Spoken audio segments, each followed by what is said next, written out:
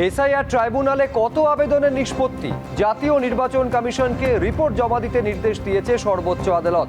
অধীর চৌধুরী মামলা করেছিলেন আর সেই মামলায় এই নির্দেশ দিয়েছে সর্বোচ্চ আদালত। 25শে অগস্ট রয়েছে এই মামলার পরবর্তী শুনানি। আমাদের দাবি হচ্ছে যে ভাই তাড়াতাড়ি করে ডিসপোজ করতে হবে কেস, নাম্বার 1। নাম্বার 2, তোমাদের দেরির জন্যে মানুষ রেশন পাবে না, ডোমিসাইল সার্টিফিকেট পাবে না, নিটে পরীক্ষা দেওয়ার ক্ষমতা নেই। অন্যান্য সুযোগ সুবিধা ছেড়ে দিন, পাসপোর্ট করার ক্ষমতা থাকবে না। এবং শুধু তাই নয়, পরের প্রজন্ম যারা তারা ভোটার হতে পারবে না। শুধুমাত্র নির্বাচন কমিশনের এই উদাসীনতা, পক্ষপাতিত্ব এবং তাদের অকর্মণ্যতার জন্যে আজকে একটা লক্ষ লক্ষ বাংলার মানুষ, শুধু তারাই নয় তাদের ভবিষ্যৎ প্রজন্ম সমেত আজকে তারা কি দুর্বিষহ পরিস্থিতির মধ্যে দিয়ে চলেছে, এটা তার সবথেকে জলযন্ত্রের প্রমাণ যে তারা নিটের পরীক্ষা তাদের ছেলেমেয়েরা পড়াশোনা করে পরীক্ষা দিতে পারবে না। বুঝুন, বাইরের দেশে যেতে পারে না, পাসপোর্ট করার ক্ষমতা নেই, রেশন নেই, ডোমিসাইল সার্টিফিকেট নেই, জমি কেনা বেচা করতে পারবে না, না জমি কিনতে পারবে না বেচতে পারবে। কোন দুরবস্থা! যে সুপ্রিম কোর্টে আমরা ডেট পেয়েছিলাম, বিচারপতি গুরুত্ব দিয়েছে বলে আবার 25 তারিখে এই মাসে এটা শুনবে।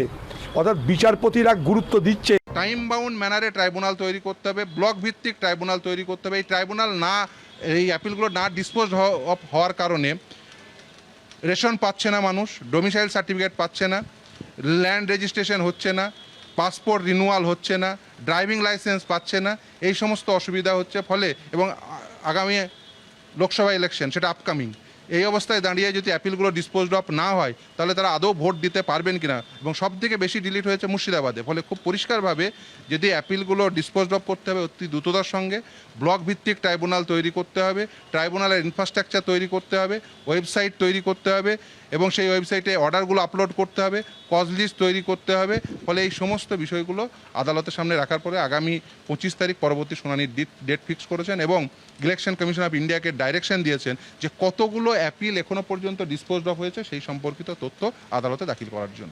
অধীর চৌধুরী সম্বন্ধে আমাদের মতভেদ থাকলেও এই পিটিশনের বক্তব্যের সাথে আমি এখন যে পশ্চিমবাংলার অনেক কেস পেন্ডিং রয়েছে, তার ফলে যারা নির্বাচক মণ্ডলী তারা সুবিচার পাচ্ছে না, এটা সুপ্রিম কোর্টের তাড়াতাড়ি রায় দেওয়া উচিত।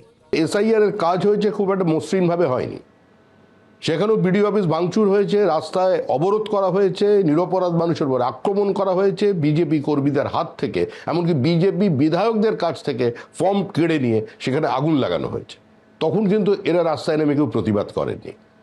দেরি হচ্ছে হোক, এতে হয়তো মানুষের কিছুটা অসুবিধা হচ্ছে বলে উনি বলছেন, কিন্তু আমরা তারপরেও চাই যে যারা প্রকৃত ভোটার তাদের নাম লিস্টে থাকুক এবং যারা অ্যাপিলই করেননি তাদের নাম কি করে থাকবে। আর বিষয় হচ্ছে কোনো অবস্থাতেই রোহিঙ্গা বাংলাদেশি জেহাদিদের স্থান পশ্চিমবঙ্গের ভোটার লিস্টে থাকবে না।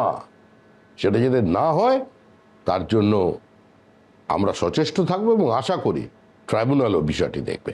এবিপি আনন্দ, এগিয়ে থাকে, এগিয়ে রাখে।